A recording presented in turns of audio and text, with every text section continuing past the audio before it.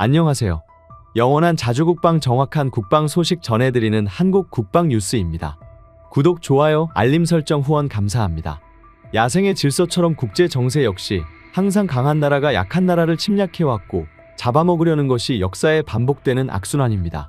우리나라 역시 1948년 대한민국으로 시작한 이래 계속하여 강한 나라가 되기 위해 노력해왔고 이것이 성공하여 오늘에 이르렀습니다.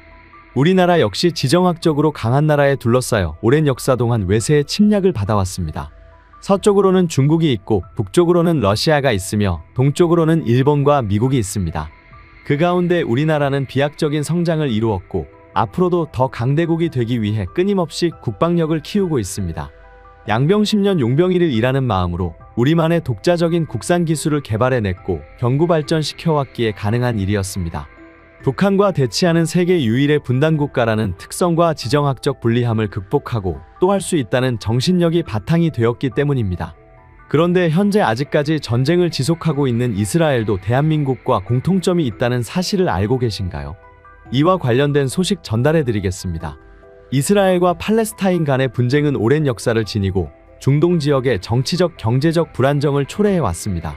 2023년 10월 전쟁을 시작한 이스라엘과 하마스는 그간 미국, 카타르, 이집트의 중재로 휴전 협상을 벌여왔으나 지난해 말 인질 석방 및 이스라엘군의 가자지구 철수 문제를 두고 또다시 충돌했고 결국 협상이 결렬되었습니다. 그런데 최근 이스라엘과 팔레스타인 무장정파 하마스 간 중재 협상을 중재하고 있는 카타르가 양국의 휴전 및 인질 석방과 관련한 최종안을 전달한 것으로 알려져 휴전 논의가 다시 물꼬를 텄다는 신호로 해석되는데요.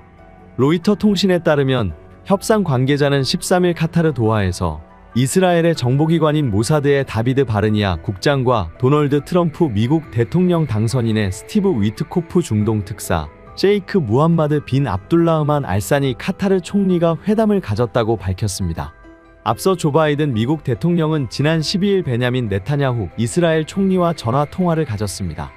백악관은 성명을 통해 두 정상이 전화 통화를 통해 팔레스타인에서 전투를 중단하고 인질을 석방하기 위한 노력을 논의했다고 밝혔습니다. 이처럼 재선에 성공한 도널드 트럼프는 러우 전쟁뿐만 아니라 이스라엘의 가자지구 전쟁 종전 논의에 속도를 내고 있습니다. 다만 조기 종전이 성사될지는 여전히 미지수입니다. 이스라엘의 집계에 따르면 지난 2023년 10월 하마스의 기습 공격으로 인해 약 1200명이 사망하고 250명 이상이 인질로 붙잡힌 것으로 파악되고 있습니다. 전쟁이 발발하기 전 헤즈볼라는 앞선 2006년 이스라엘의 레바논 침공 때 한 달 동안 전쟁을 벌인 바 있습니다. 이스라엘은 헤즈볼라를 제거하려 했으나 강한 저항 앞에 목적을 달성하지 못하고 전원 철군했던 전적이 있습니다. 이 전쟁은 이스라엘이 건국 이후 벌인 수많은 전쟁 중에서 사실상 처음 패배한 전쟁으로 평가받고 있습니다. 미국은 지난 1월 러시아와 우크라이나 군에게 포탄에 지원하기 위해 중동 분쟁 발생 시 사용하기 위해 이스라엘에 비축했던 포탄 30만 발을 보낸 바 있습니다. 그런데 우크라이나 전쟁이 끝나기도 전에 중동 분쟁이 발생하면서 다시금 이스라엘에게 탄약을 전하는 상황이 되어버렸습니다. 사실 우크라이나 전쟁이 장기화되면서 탄약이 점점 부족해지고 있는데 최근 미국은 탄약이 부족해지자 앞선 탄약 100만여 발을 우크라이나에게 제공하게 되었습니다. 우크라이나 전쟁이 3년 가까이 지속되면서 우크라이나의 지원은 수억 발의 탄약은 마치 밑빠진 독에 물을 붓는 것처럼 소모되고 있습니다. 우크라이나는 지난해 여름부터 동부 최대의 바흐무트에서만 포탄 수십만 발을 사용하는 등 소모전을 이어가면서 올 초부터 탄약 부족을 호소하고 있습니다. 또한 나토 역시 우크라이나 지원으로 무기고가 바닥을 드러냈다며 회원들의 무기 생산 확대와 국방비 확정을 요구하고 있습니다. 앞서 로브 바우어르 나토 군사위원장은 지난 3일 폴란드 바르샤바에서 열린 바르샤바 안보 포럼에서 러시아와의 전쟁을 벌이고 있는 우크라이나에 지원할 탄약류가 부족하다고 경고했습니다. 그리고 현재는 우메로우 장관이 이끄는 우크라이나 특사단이 한국에 방한하여 한국 측과 북한군의 러시아 우크라이나 전쟁 파병과 관련한 정보를 공유하고 무기 지원을 요청할 목적으로 방한하기도 했습니다.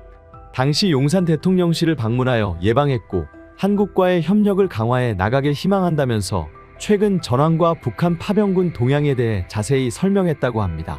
구체적으로 우크라이나는 우수한 성능으로 K-방산 효자 품목으로 자리 잡은 K9 자주포와 천궁2 등을 한국이 제공하기를 희망했고 힘들다면 155mm 포탄만이라도 달라는 것입니다. 그는 탄약통의 바닥이 보이고 있다고 표현하면서 나토 회원국들과 방위산업체들이 훨씬 빠른 속도로 생산을 늘려야 한다고 말했습니다. 현재 러시아는 품질 수준을 낮추는 대신 생산량을 크게 늘리고 북한에서부터 탄약을 지원받아 우크라이나보다 우세한 상황입니다. 영국 BBC는 미국이 재선된 트럼프 대통령의 임기가 돌아오기 전까지 탄약 생산량을 2배 이상 늘리고 에이테킴스 미사일을 지원하는 뿐만 아니라 EU는 지난달 방산업계 EU 기금을 지원하겠다며 탄약 생산 지원법을 추진하는 등 생산량을 늘리기 위해 힘쓰고 있다고 했습니다. 그러나 우크라이나군의 수요를 충당할 만큼의 성과를 내지 못한 것이 사실입니다. 또한 최근 탄약 가격이 급등하면서 점점 더 많은 비용을 지불해야 하는 상황이라 서방 지원에 여력의 한계가 왔습니다. 이런 가운데 이스라엘 전쟁까지 터져 장기화되고 있는 상황에서 이 탄약 부족을 어떻게 감당할 것인지에 대한 말이 나오는 가운데 세계에서 가장 큰 탄약 비축 물량을 보유하고 가장 높은 생산력을 가지고 있는 대한민국이 주목받고 있습니다. 우크라이나 전쟁에서 한국은 러시아와 관계를 생각해서 직접 지원하지 않고 우회 지원 형태가 되었고, 미국에서 내년 초 취임할 트럼프 당선인 입장에서는 한국의 무기 지원은 우크라이나가 전쟁을 계속 끌고 가게 하는 방편이라는 점에서 부정적으로 볼 가능성이 있죠. 하지만 이스라엘은 다를 수 있다고 했습니다. 사실 이스라엘이라는 나라는 초창기 강한 나라가 아니었습니다. 민족의 숫자도 작고 국토도 굉장히 작은 나라죠. 특히 이스라엘은 우리 대한민국과 같이 지정학적으로 남쪽으로는 애굽이라는 강대국이 있었고 북쪽으로는 아람, 아수르, 바벨론이라는 강대국이 늘 괴롭혀왔습니다. 여기서 끝나지 않고 이스라엘은 지난 2차 세계대전에 비롯해 오랫동안 민족적인 아픔을 가지고 있습니다. 일본에게 식민 지배를 당하고 6.25 전쟁까지 치른 한국의 아픔을 공유하고 있습니다. 이스라엘은 전범국인 독일을 비롯해 일본에게도 좋지 않은 감정을 가지고 있는데 일본이 오래전부터 과거의 잘못을 지우려는 시도를 못마땅해 왔습니다. 과거 유대인 홀로코스트역 사박물관 개관식에서 세계 40여 개국 주요 지도자를 초청했는데 일본인은 단 한 명도 초청하지 않았죠.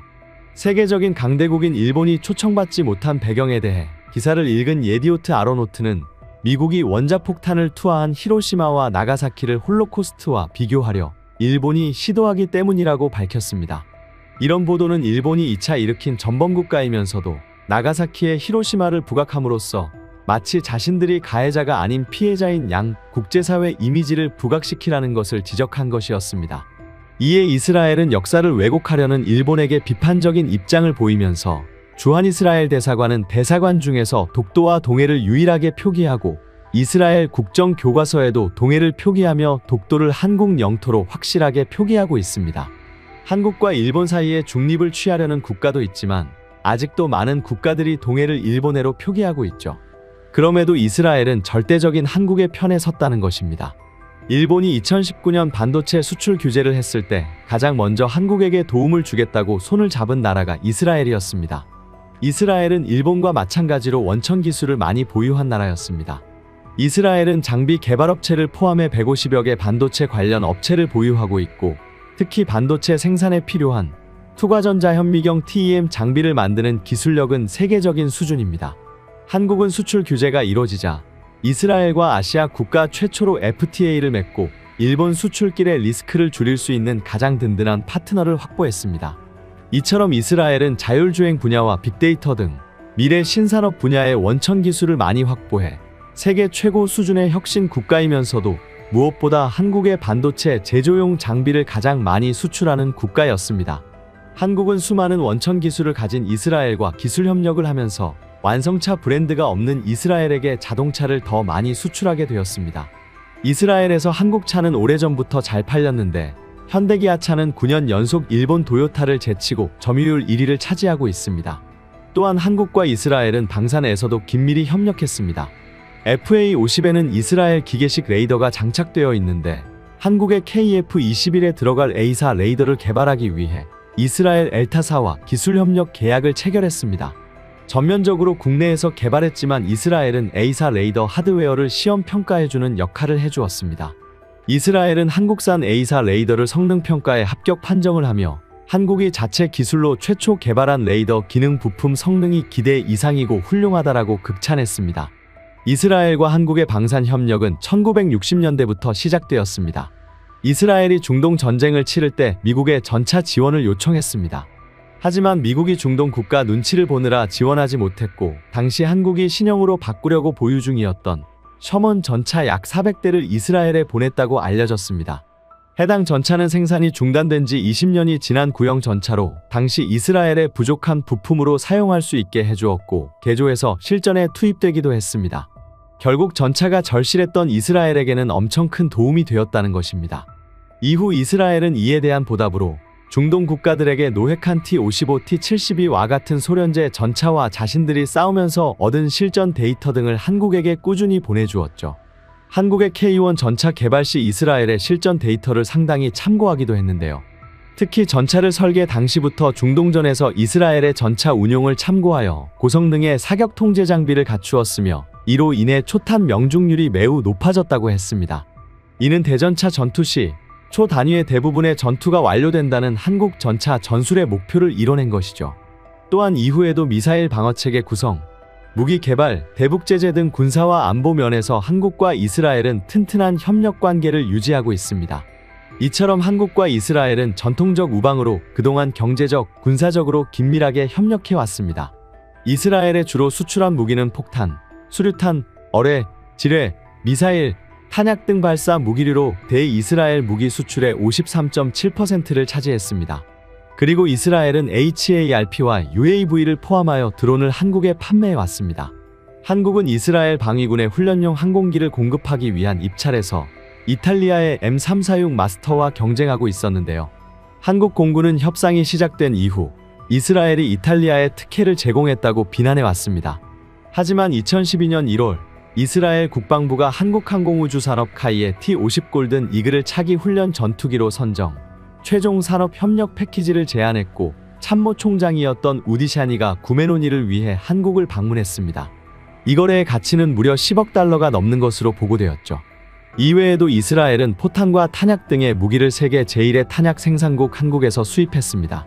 이번에 이스라엘을 공격한 하마스가 북한제 로켓을 사용한 것으로 확인되고 있기에 현재 전쟁이 장기화되어 포탄이 부족해지면 한국에게 도움을 요청할 가능성이 크다고 보고 있습니다. 한국은 지금 전 세계에서 가장 많은 탄약을 비축하고 있는 국가이자 가장 높은 생산 능력을 가지고 있습니다. 한국이 많은 포탄을 가지고 있는 이유는 1300대 이상의 전차와 3000문의 자주포를 운영하고 있기 때문에 현재 한국이 보유한 105mm 포탄은 약 340만 발, 155mm 포탄은 390만 발 정도인 것으로 알려져 있습니다. 한국이 가지고 있는 탄약은 품질과 강도 면에서 세계 최고라고 평가받는데, 또한 현재 155mm는 작심하고 만들면 월 30만 발 이상을 생산할 수 있고, 풍산에서 만드는 각종 포탄을 다 합치면 연간 1억 발의 탄약을 생산할 수 있다고 했습니다. 풍산방산기술연구원은 지난 9월 국제연구계 발표준인 CMMI 2.0 버전에서 최고 단계인 레벨 5 인증을 획득했습니다. CMMI는 미국 카네기 멜론대 부설 연구소인 소프트웨어 공학연구소가 개발한 연구개발 프로세스에 대한 역량평가 모델로, 지난해 기준 전 세계 106개국 19,000여 개 조직에서 적용한 국제표준입니다. 전 세계에서 레벨 5 획득한 곳은 전체의 9% 미만으로 현재 국내 레벨 5 인증 기업은 8곳에 불과합니다. 한국은 지금 탄약 생산 능력과 더불어 품질까지 세계 최고가 되려고 있습니다. 이번 러우 전쟁과 이스라엘 하마스 전쟁이 장기화되면서 한국의 풍산과 에너지, LIG, 넥스원 등 방산기업들의 주가가 가장 먼저 올라가게 됐습니다. 우크라이나와 이스라엘에서 벌어진 무력 충돌에서 여전히 재래식 무기가 사용되며 무엇보다 충분한 탄약 보유가 중요하다는 사실을 깨닫고 있습니다. 한국은 앞으로 이 때문에 탄약을 공급할 수 있는 가장 중요한 나라가 될 것으로 보이고 있는데, 탄약을 생산하는 기업 풍산은 놀라운 성과와 계획들을 발표하고 있습니다. 풍산은 탄약 공급 외에도 폴란드의 요청에 따라 폴란드에 탄약 공장을 지으려고 하고 있습니다. 폴란드는 한국산 K2 전차와 K9 자주포 수입과 연계하여 풍산과 한국 정부 측에 현지 탄약 공장 건설을 요청한 것으로 전해지고 있습니다.